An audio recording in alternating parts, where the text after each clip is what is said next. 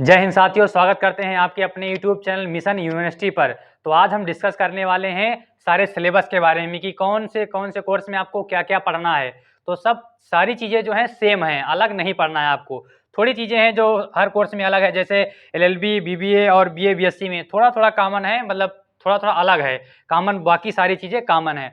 तो आपको सबसे पहले हम सिलेबस डिस्कस करने वाले हैं। तो मैं आप लोगों को बताना चाहता हूँ कि आज सिलेबस डिस्कस हो जाएगा, उसके बाद आपको क्लास जो है प्रोवाइड करना शुरू कर दी जाएंगे, क्योंकि टाइम बिल्कुल नहीं है हमारे पास। तो आइए सिलेबस जिक्र करते हैं देरी किए बिना। ठीक है, तो बीए एनईपी का जो कोर्स है, आपको उसमें हिंदी पढ़ना है। हिंदी के लिए हमारे राम जी सर आपको एकदम बेहतरीन पढ़ाएंगे, टेंशन आपको बिल्कुल नहीं लेना है। उसके बाद इंग्लिश मैं आपको खुद पढ़ाऊंगा, ठीक है। ज्योग्राफी भी मैं आपको पढ़ाऊंगा, इसमें आपको टेंशन नहीं लेना है। मैं गारंटी से वादा करता हूं कि इसमें आप कोई क्वेश्चन छोड़ के नहीं आएंगे, चाहे वो सिनोनिम्स हो, चाहे एंटोनिम्स हो, चाहे वन वर्ड सब्स्टिट्यूशन हो, कुछ भी हो, आप छोड़ के नहीं है, मैं गारंटी लेता हूं। हिस्ट्री जो है हमारे सीएम सर पढ़ाएंगे। सीएम सर आपको क्या पढ़ाएंगे? हिस्ट्री पढ़ाएंगे, ठीक है। सिविक्स है, सिविक्स भी आपको पढ़ाई जाएगी। फिर साइकोलॉजी भी आपको पढ़ाई जाएगी। इकोनॉमिक्स भी, जो इकोनॉमिक्स के लिए हमारे सीएम सर हैं, एकदम ब्रिलियंट टीचर हैं, आपको टेंशन नहीं लेना। हर एक जो इकोनॉमिक्स का क्वेश्चन आएगा, 2-3 क्वेश्चन जो आएंगे वो इकोनॉमिक्स में आपको हमारे ही वीडियो से मिल जाएंगे, इतना मैं गारंटी के साथ कह सकता हूं, ठीक है। 10+2 लेवल इनका रहेगा, यानी कि 10+2 लेवल रहेगा, यानी कक्षा 12वीं के सिलेबस से ये सारे क्वेश्चन आएंगे, ठीक है। फिर एलएलबी में आपको क्या क्या पढ़ना है? जी, यानी कि जनरल अवेयरनेस आपको पढ़ना है। उसके बाद हिस्ट्री जो इसमें भी पढ़ना है और इसमें भी पढ़ना है, ठीक है। ज्योग्राफी आपको बीए में भी पढ़ना है और एलएलबी में पढ़ना है। जीएस भी आपको पढ़ना है, ठीक है। रीजनिंग भी पढ़नी है। रीजनिंग जो है, रीजनिंग आपको बीए में भी पढ़ना है, बीए में भी आपको रीजनिंग पढ़ना है, ठीक है। रीजनिंग आपको बीए में भी पढ़ना है,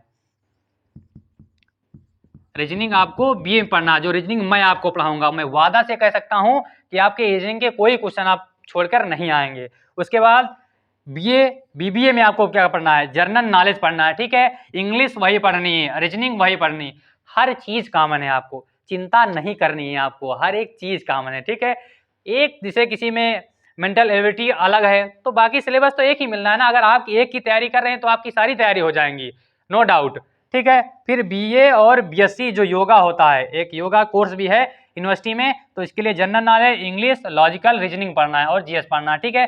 तो रीजनिंग, जीके, इंग्लिश, बाकी सब वही चीज़ है। आप सारे कोर्स देख सकते हैं एलएलबी, बीबीए और बीएससी योगा में, यानी सारी चीज़ जो है कॉमन है, केवल किसी में एक टॉपिक, किसी में 2 टॉपिक अलग हैं, तो उनके लिए आपको टेंशन नहीं लेना है। अगर आप हिस्ट्री, ज्योग्राफी, इकोनॉमिक्स और रीजनिंग और इकोनॉमिक्स, इन 80 विषयों पर अगर आप अच्छे से पकड़ बना लेते हैं, तो मैं गारंटी से कह सकता हूं कि आप 70 से 80 क्वेश्चन जरूर सही करके आ जाएंगे, ठीक है। क्योंकि अलग कुछ नहीं होता है, बस आपके। और एक बात मैं आपको बहुत इंपॉर्टेंट बताना वाला हूं कि जैसे मानिए आपने एक पढ़ा, जैसे मैंने जब पेपर दिया था तो एक क्वेश्चन बहुत अच्छा आया था कि जैसे सारे जो कॉन्टिनेंट हो, जैसे आपने कॉन्टिनेंट पढ़ा तो उससे क्वेश्चन किस प्रकार पूछा जाता है। तो मैंने पेपर दिया था लखनऊ यूनिवर्सिटी का, तो उसमें पूछा गया था कि अगर जो भारत है वो किस गोलार्ध में है। अगर कोई भी बच्चा अच्छे से पढ़े है तो इक्वेटर हो गई, इक्वेटर होगी तो इसके उत्तरी गोलार्ध में जो यहाँ पर भारत है, ठीक है। इक्वेटर के ऊपर भारत है, जो यानी ये हुआ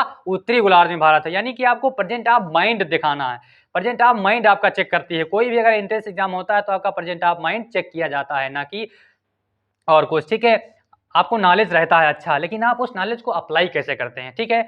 और इन सारी चीज़ के लिए जो सिलेबस है, आप हमारी टेलीग्राम चैनल पर जुड़ जाएं और डिस्क्रिप्शन में हमारे व्हाट्सएप ग्रुप का भी लिंक दिया है, तो आप लोग उस पर जुड़ जाइएगा, क्योंकि सारे सिलेबस जो है हम अपने व्हाट्सएप ग्रुप और टेलीग्राम चैनल पर आप लोगों को एकदम सीधे प्रोवाइड करा देंगे, ठीक है।